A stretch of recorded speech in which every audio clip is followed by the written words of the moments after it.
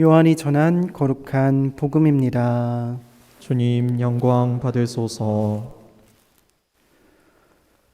주간 첫날 이른 아침, 아직도 어두울 때에 마리아 막달레나가 무덤에 가서 보니 무덤을 막았던 돌이 치워져 있었다. 그래서 그 여자는 시몬 베드로와 예수님께서 사랑하신 다른 제자에게 달려가서 말하였다. 누가 주님을 무덤에서 꺼내갔습니다. 어디에 모셨는지 모르겠습니다. 베드로와 다른 제자는 밖으로 나와 무덤으로 갔다.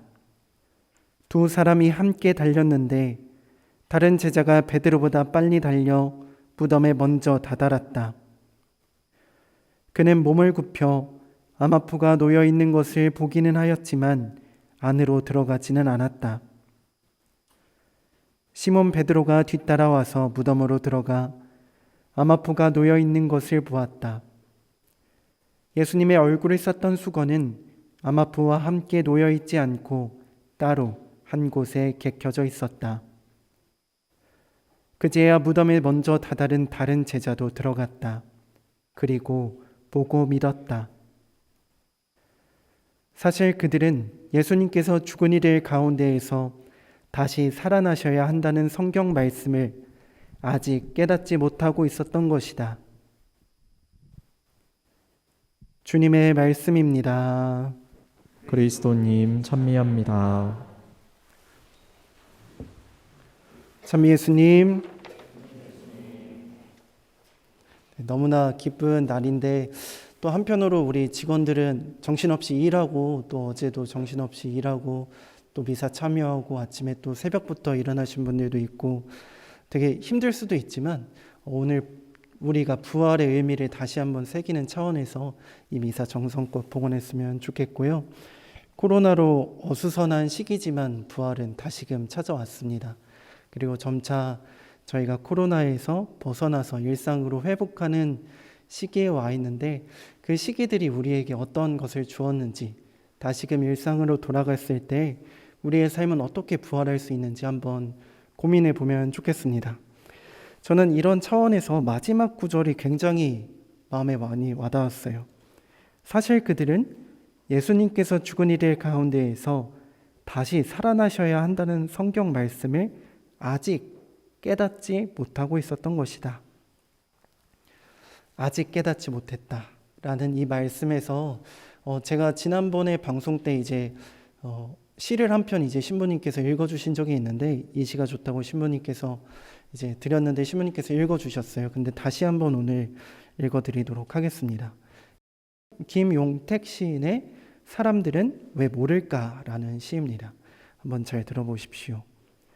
이별은 손끝에 있고 서러움은 먼 데서 온다.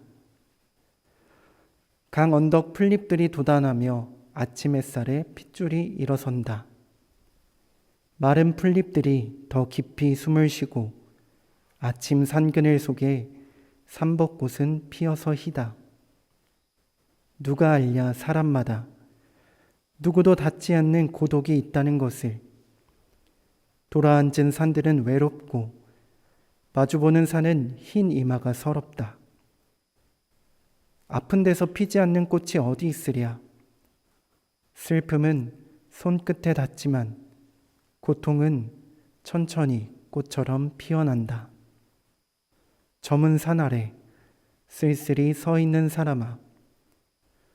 뒤로 오는 여인이 더 다정하듯이 그리운 것들은 다 산 뒤에 있다. 사람들은 왜 모를까? 봄이 되면 손에 닿지 않는 것들이 꽃이 된다는 것을. 네, 이런 시입니다. 근데 저는 이게 뭔 소린가 한참을 봤어요. 근데 이제 눈에 띄는 몇 가지 구절이 있더라고요. 저는 특히나 그 첫 구절 그리고 마지막 구절 중간에 있는 구절 이렇게 하나씩 와닿았는데 이별은 손끝에 있고 서러움은 먼 데서 온다. 이 구절이랑 누구도 닿지 않는 고독이 있다는 것을 이 구절이랑 그리고 마지막 구절이 되게 마음이 와닿았어요. 사람들은 왜 모를까? 봄이 되면 손에 닿지 않는 것들이 꽃이 된다는 것을. 근데 지금 꽃이 엄청나게 많이 피어 있지 않습니까? 진짜 지천에 꽃들이 이렇게 널려 있는데 사실은 저희가 꽃이 피기 전에는 그것들에게 쉽게 눈길조차 주지 않았습니다. 눈길조차 주지 않고 발걸음조차 두지 않던 그곳에서 다시금 생명이 올라오고 다시금 우리의 시선을 빼앗는 것을 보면 참 신기하다는 생각을 합니다. 부활도 마찬가지이지 않을까 싶습니다. 부활은 아프고 외면당한 그곳에서 피어났습니다. 돌아가신 예수님, 십자가에서 예수님을 내려서 예수님을 끌어안고 있는 성모님을 한번 생각해 보시면 좋을 것 같습니다. 피에타상에서 성모님은 손끝에 예수님을 안고 손끝으로 예수님과의 이별을 하고 있었습니다. 그 누구도 알 수 없는 고통이 예수님에게, 성모님에게, 그리고 제자들에게, 그리고 우리들에게 있었습니다. 그 누구도 선뜻 다가갈 수 없는 십자가, 누구도 닿지 않는 고독이 그곳에 있었고 그곳에서부터 우리의 구원이 시작되었습니다. 그래서 저는 봄이 오면은 너무나 아름답지만 너무나 아팠던 그 겨울도 생각이 나고 정말로 이 세상에 아직 웃지 못하는 많은 분들이 생각이 납니다. 그래서 어제가 세월호 참사가 일어났던 기념일이었지 않습니까? 그래서 더 많은 분들이 부활과 맞닥뜨려서 이 세상에 아직 치유되지 않은 많은 아픔들에서 다시 한번 생각해 볼 수 있고 다시 한번 그들과 함께 연대하는 그런 발걸음을 보여주었습니다. 부활은 단순히 그냥 어린아이처럼 마냥 그냥 기뻐하는 그런 시기라기보다는 예수님께서 그 고통 속에서도 기어코 우리를 구원해 주셨다는, 우리 이 세상에 아직 치유되지 않은 많은 아픔들에서 그들을 그리고 우리를 구원해 주실 거라는 희망에서 기뻐해야 된다는 것을 우리는 기억해야 합니다. 여전히 세상에는 이해할 수 없는 수많은 아픈 일들이 일어납니다.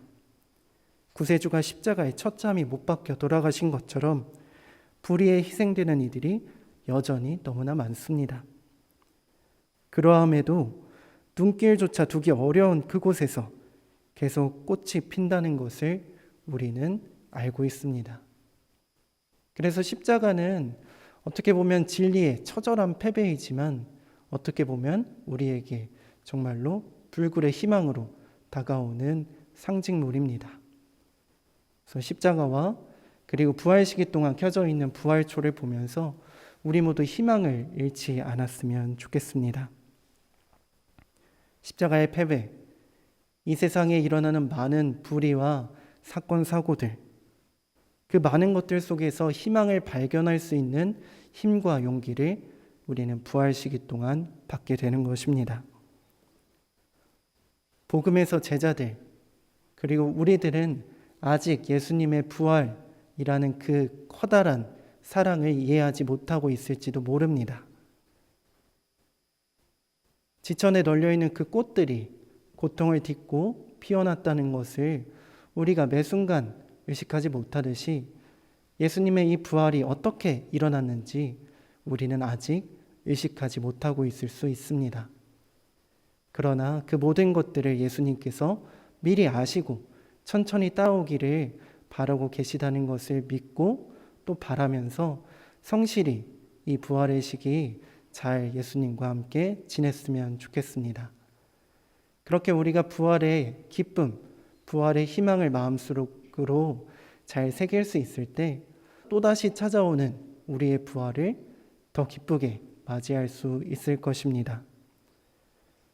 오늘부터 시작된 부활 8부 축제, 이 기간 동안 아픈 이들을 위해서 기도할 수 있는, 그리고 나 자신의 아픔이 치유될 수 있도록 주님께 기도하는 시간 가져보면 좋겠습니다.